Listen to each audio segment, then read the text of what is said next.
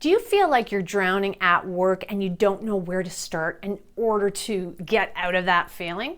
Well, in this video, I'm going to teach you how to prioritize so you can leave that overwhelmed feeling behind and say bye-bye. And if you stay tuned to the end of this video, I have something really special for you that is not only going to help you prioritize your work, but your projects as well. Something really special.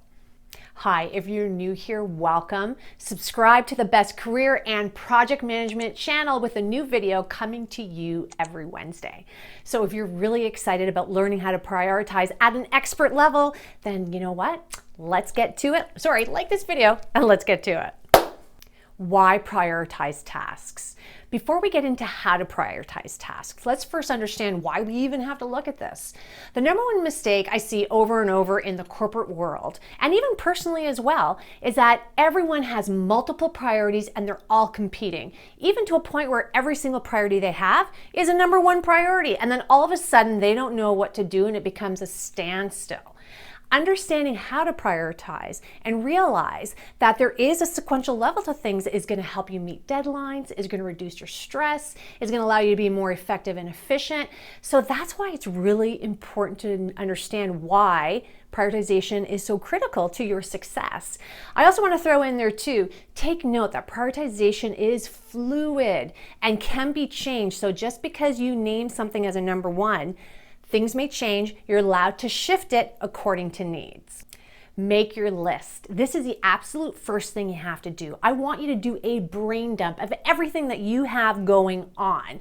That can even be menial things like paying your bills. It doesn't matter. Don't worry about the order of importance. Just think about everything you have happening right now that's causing you some stress and you need to properly prioritize. Just dump it all on a piece of paper. This is your inventory list. Organize your list. Now, this is the fun part. I want you to make 3 columns, okay? And when you do those 3 columns, I want you to think and start distributing your items into these 3 columns of A, B, and C. So what's A? A is items that are central to meeting a deadline and are time sensitive. So this could include some administrative matters that you have to do, like paying bills or even ordering supplies because you have a certain deadline associated with it. B would be other items that are less time sensitive but are of importance. And C is really everything else. Not time sensitive or critical. I kind of put things on this list, nice to haves versus need to have. Rank your tasks. So now that you have taken your inventory list and you put them in an A, B, and C column, you've dumped that all in, you have to do one more level of ranking. And now you have to think about, for today, what do I have to get done? And that's where you go to your A's, because you've already indicated that they're extremely time sensitive and important. So now of all those A's, what do you have to get done today? And that's where you start ranking it from a 1, 2, 3 perspective. So A1, A2, A3. But I want you to take note. I want you to think about what else you have going on in the day. If you are in back-to-back meetings, putting down 6 A's with back-to-back meetings, you're probably not going to accomplish them. So I want you to really think this through, and that's why you're now going to start looking out in the week. Can you move an A2 to maybe the next day, etc. and etc. So just really think this out. But now you have to do that A1, A2, A3. And note, if you label something as A1, you need to get it done today. That's how critical and important it is. I'd rather have you just have one item that you prioritized for today and accomplish it than have multiple ones and accomplish nothing. It's too overwhelming. It gets very stressful. Now, the cool thing is, let's say you've accomplished all your 1, 2s, and 3s on the A side. You're allowed to put some B's in your day too, because you may have an opening, this pocket of opportunity that you got all your A's done. For sure, go to the B's. And if you want, throw in a C. There's nothing wrong with that.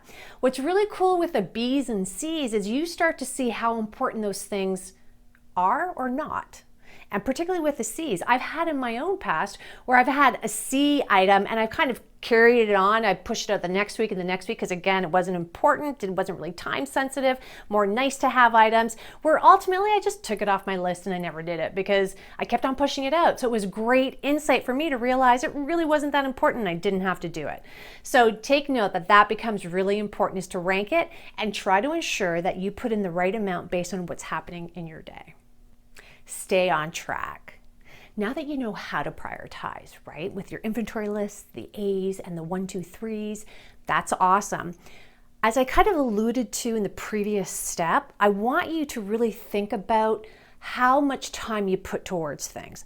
I only plan for 60, maybe 70% of my day, and I leave 30 to 40% available because things just pop in, they happen. We have to firefight. Unexpected things occur that is going to take me away from what I sort of planned for the day. Nothing wrong with that. That's called life. So if you start thinking in that manner by doing a 60-40 split and only planning for 60%, you're not going to feel overwhelmed. I have never come across anyone who is able to do 100% of everything they planned out, ever. Even myself, and I've been doing this for a really long time, and I'm extremely efficient, extremely productive, because things happen that are out of your control. So if you plan for 60-40 split and plan for only 60, it allows you to deal with that 40% without getting you stressed out.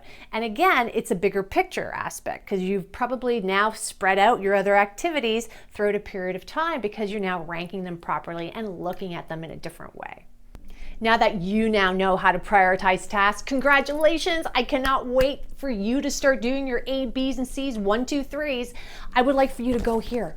I want you to grab this from the link below. If you want to impress your boss even more at work with your prioritization, take it to the next level by understanding what happens with projects and failures. Now, if you're wondering, I don't do projects, Adriana, I'm gonna say, I bet you on your task list, that inventory list, you probably did have a project, something that you had to deliver on. Understand what some of those roadblocks are to stop you from being successful with those deliverables is gonna put you to the next level. So definitely check it out. Don't forget to subscribe to this channel, like this video, and please share it with all the friends and family and colleagues that you know. I really appreciate it. If you have anything to share with me regarding how you prioritize, I would love to hear from you. Please put it in the comments below. Until the next video, see ya.